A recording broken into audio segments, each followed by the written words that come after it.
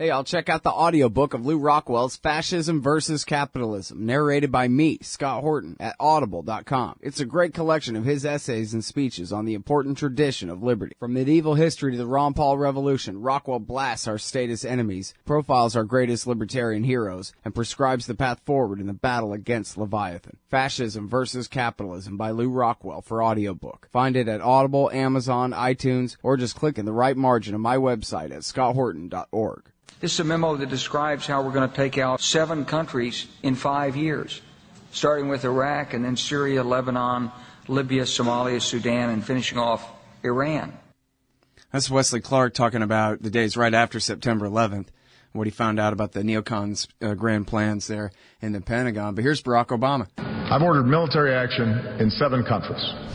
I have ordered tens of thousands of young Americans into combat. Yeah. And the 7 countries, I'm pretty sure they align exactly with the very same ones on Wesley Clark's list there.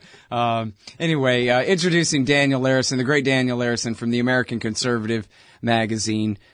He's got a recent one. The War on ISIS expands to Libya. Welcome back to the show, Daniel. How you doing? I'm doing well, Scott. Thanks for having me back. Very happy to have you here. And I do want to talk all about politics. And, of course, politics, especially presidential politics, is all wrapped up in foreign policy anyway. So it's all kind of one big messy subject. But you do a lot of great writing about especially the Republican side of the race here at the American Conservative magazine. I'll recommend your writing to everyone on that. But on Libya, well, I guess I have to say, I don't have to, but I will say that I predicted this, and like always, I hate being right, because all of my predictions are of doom, and then they always come true. So what I had said back in 2011 was, if they do this, if they even start with the no-fly zone, you can see the logical chain of dominoes that falls down. America owns the center part of North Africa forever. You know, as soon as the first suicide bombing happens, you know, next thing you know, we got America's got to train up their army and do some purple-fingered elections and try to undo the fact that they turned the place into jihadistan. And so I guess I'm grateful that it's taken them years. It's taken them 5 years to get to phase 2 of trying to fix the mess that they created back in 2011. But looks like here we go. Am I right? Well, they're certainly looking to ramp up the war on ISIS, and they're already talking about using airstrikes in the country to try to remedy some of the mess that they created with the war in Libya in 2011. Absolutely. I mean, do they have any kind of viable force on the ground to back? I mean, well, I mean, the country is split between warring militias, rival militia groups, as it has been ever since the regime was overthrown. And so I suppose nominally the U.S. would be doing this to, quote-unquote, support the recognized Libyan government, but they have virtually no control over the armed factions that are in their country, which has been one of the reasons why the country is so lawless and out of control. Mm-hmm. Well, and it seems like the news is that the American-backed or the more American-friendly government there is still out of our control and has rejected the UN plan for a unity government and some kind of, sharing deal. I guess it's possible that's because they know that we got their back. Why negotiate when they can keep fighting, huh? Well, and they don't need to accept the unity government when they already have de facto control. Well, I mean, but they only have de facto control of half the country, I guess, or maybe not even that, right? Right, but then they don't need to make any deals or compromises with people on the other side of this war. Yeah. Well, and so, and you also bring up here, and it is an important point, the authority of the president to do anything. And it's funny. It sounds just like Henry Hyde said to Ron Paul back in 2002. By this time, it certainly sounds archaic and completely moot whether Congress passes a declaration of war or even any kind of authorization for whatever the president wants to do, huh? Certainly in Libya. Well, the president operates on the assumption that he doesn't need it, and he'll distort and twist whatever existing authorizations there are to pretend that he's already got the authority that he needs. And clearly there are very few people in Congress. There are a handful, but there are very few that are going to call him on it or even try to challenge that. And so we're in this sort of limbo where he can start and expand his own war without any real input or debate in Congress. All right. Well, Dan. Yeah. No. I'm sorry. Go ahead. And there's nothing that Congress is going to be able to do about it. Yeah. Well, now, I'm sorry. I know you're familiar with this. It's worth confronting, I guess. There's a very common understanding on the right that the problem here is that Obama, if he's not a secret commie Muslim traitor, he's at least an ineffectual liberal wimp. And what we need is for Donald Rumsfeld to get in there and go and kick some ass. And he will show them Libyans what's up, or replace Trump with your favorite GOP candidate there. And, yes, so what do you think of that? I mean, after all, you got to admit that the worst collection of jihadists in Libya are nothing compared to our Marine Corps, right? Well, of course, the funny thing about the people that are complaining about Obama's handling of Libya is that they're not really willing to own up to the fact that they're implicitly calling for sending American soldiers there to occupy the country. They keep trying to hide behind, say, oh well, someone else will actually put the people on the ground to stabilize the country. So they're trying to sound as if they're in favor of a more aggressive policy, but they don't want to own the costs of it. And so you won't actually get very many of them to admit that that's what they're actually arguing for. Yeah, it's interesting about that. And of course, this is, I guess, the same in any presidential political season. There's never any good follow-up questions about any of this stuff. So if there's, a great Libya exception to a presidential candidate's statement, without Michael Hastings there's nobody there to say, yeah, well, but what about this and what about that? So it just kind of goes unremarked. They get to just skate on with the most kind of bland sort of sloganeering rather than any real explanation of what it is that they mean. Sure. Well, and you see that in the Republican debate, but you also see it in the Democratic side when Clinton can get away with saying that the Libyan war was smart power at its best. And no one really challenges her on that because nobody's prepared to challenge her. They haven't even really given it much thought. Yeah, it's really too bad. And this won't be a personal attack, just a political one. It's really too bad that Rand Paul has not made, proper hay out of this. He was good on Libya in 2011, good on Syria too, and he does talk about it from time to time. But he could be ruthlessly slamming these guys and mocking everybody left and right for their contradictory positions on Middle Eastern foreign policy. I mean, the contradictions are all over the place. He could really be making great hay after all, Hillary backed al-Qaeda in Libya. Let's fight about that. What an accusation. Let's squabble about it. And then he's got the PDF files to prove it. It's all right there, Right. No, he has done a little bit of that in the past. He has linked Rubio and Clinton on that issue. And to some extent, Cruz has been trying to steal his thunder on that by making similar arguments.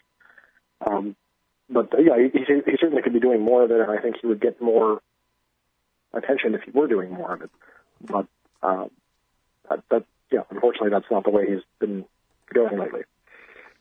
Yeah, it seems to me, it would all be good politics for him to stake out those Ron Paulian positions. But anyway, and then, yeah, you're right. I guess, you could say the same for Trump too, right? That he and Cruz are staking out the position that, they're nationalist, right-wing tough guys who will smash the enemy ISIS or whatever. But at the same time, they kind of talk about, even Sarah Palin, and then I assume they discussed this. I don't know. Sarah Palin talked like this in her endorsement of Trump, that enough of these no-win wars and participating in civil wars. And it's a crass right-wing thing to say, let Allah sort them out and whatever. But she's saying butt out at this point.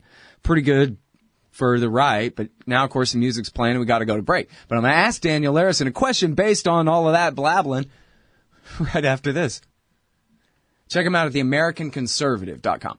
Hey, Scott Horton here for MPV Engineering. This isn't for all of you, but for high-end contractors specializing in industrial construction and end users who own and operate industrial equipment. MPV offers licensed professional consulting on chemical and mechanical engineering for your projects. Tanks, pressure vessels, piping, heat exchangers, HVAC equipment, chemical reactors for oil companies or manufacturing facilities, as well as project management support and troubleshooting for those implementing designs. MPV will get your industrial project up and running. Head over to mpvengineering.com. Hey, Scott Horton here for WallStreetWindow.com. Mike Swanson knows his stuff. He made a killing running his own hedge fund and always gets out of the stock market before the government-generated bubbles pop, which is, by the way, what he's doing right now, selling all his stocks and betting on gold and commodities. Sign up at WallStreetWindow.com and get real-time updates from Mike on all his market moves. It's hard to know how to protect your savings and earn a good return in an economy like this. Mike Swanson can help. Follow along on paper and see for yourself. WallStreetWindow.com. All right, you guys, welcome back to the show. I'm Scott Horton. Talking with Daniel Larison from the American Conservative Magazine about all his great coverage of the wars and the politics about the wars. And so I was trying to work up to a form of a question there about Cruz and Trump both, and Trump with Palin's help there a little bit too, staking a position that's very nationalist and hawkish, and yet very distinct from the neoconservative doctrine. And I'm interested in your analysis of what all that means, Daniel. Sure. Well, what all of them seem to be doing is to emphasize that the U.S. should only go to war to protect American interests, and those interests are pretty narrowly defined as security interests, and they're conceived of in terms of opposing terrorist groups or hostile states, I suppose, also. And their emphasis on the national interest over and above anything else means that they're not a very good fit for all of these people who want to talk about global leadership or global responsibilities. The usual tropes of U.S. leadership, where we have to get involved in all of these conflicts in order to maintain our status as the hegemon. So they are clearly dissenting from that part of interventionist foreign policy. They're not against getting into foreign wars, but they are very much against prolonged nation-building occupations of the kind that we have seen in Iraq and Afghanistan. And so I think they'd be more inclined, if they are going to go to war, they'd be more inclined to, let's say, topple a government and then walk away from it, or maybe just destroy the army in the field and then walk away from that.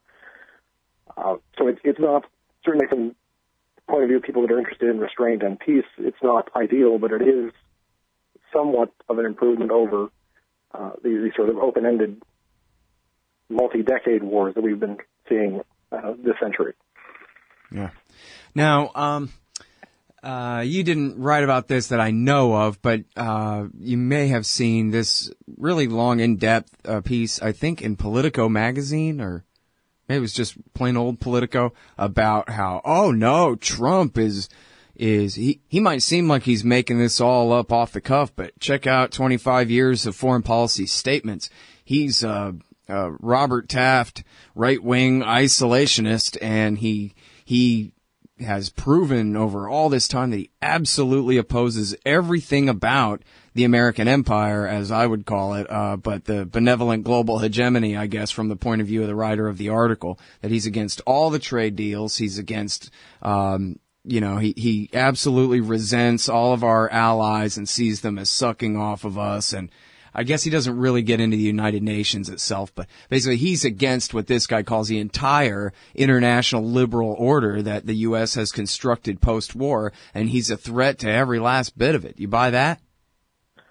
Well, not quite. I think there are some elements of truth to that, but it's giving Trump too much credit for having a coherent worldview on the one hand, and it's also trying to shoehorn him into a tradition that I don't think he really belongs to. So, for instance, when he's talking about allies that sort of freeload off of us and take us for granted and accept that we're going to defend them without doing much for themselves, what Trump's really articulating there is just an annoyance at not getting something out of the relationship. It seems to me that the one thing that is consistent about Trump is that he thinks that our foreign policy should get us things. It should get us tangible benefits. And so whenever he sees anything, whether it's the Iraq War or the alliance with Japan or allies in Eastern Europe, if that's not actually giving us some kind of tangible return that he can point to and or hold in his hand, then he thinks it's not worth doing. I don't think that's the same as any sort of coherent or principled objection to entangling alliances or to unnecessary wars. It seems to me he'd be perfectly happy with these arrangements if the allies chipped in a bit more for their own defense. Mm-hmm. So I don't think he's anything like a Taftian or non-interventionist type by instinct. And I read that, I think it was Thomas Wright who wrote that. I read that entire article as an elaborate way of trying to push Trump into the isolationist column as a way of making him seem more frightening to a lot of foreign policy people. And I don't think it holds up very well.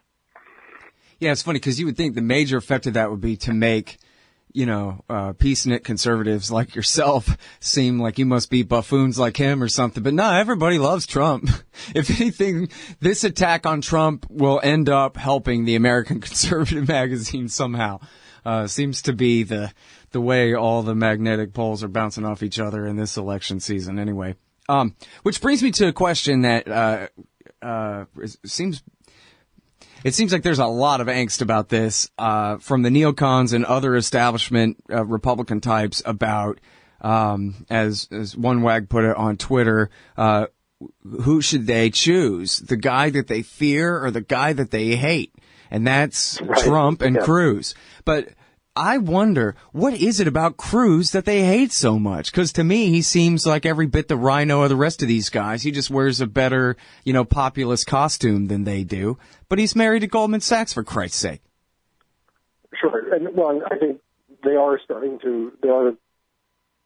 attempts to try to reconcile him with more of the neoconservatives in the party. There was an article today, I think, in BuzzFeed, talking about how there are some back channels between the Cruz campaign and some of these folks to try to repair some of the rifts that have opened up during the campaign as they realize now that Cruz is probably their best bet. And so I think with Cruz, one of the things that really bugged them about him is that they see him as being too close to Rand Paul on foreign policy. And anybody who's even getting near Paul is therefore suspect in their eyes. So that's really what it is about him, huh? Because it's kind of been a mystery to me, honestly, what it is that they hate so much. That's one part of it. I think another part of it really is a personal dislike of his style or the way that he interacts with other people and the way that he will have a tendency to denounce them as sellouts, which they don't like to hear.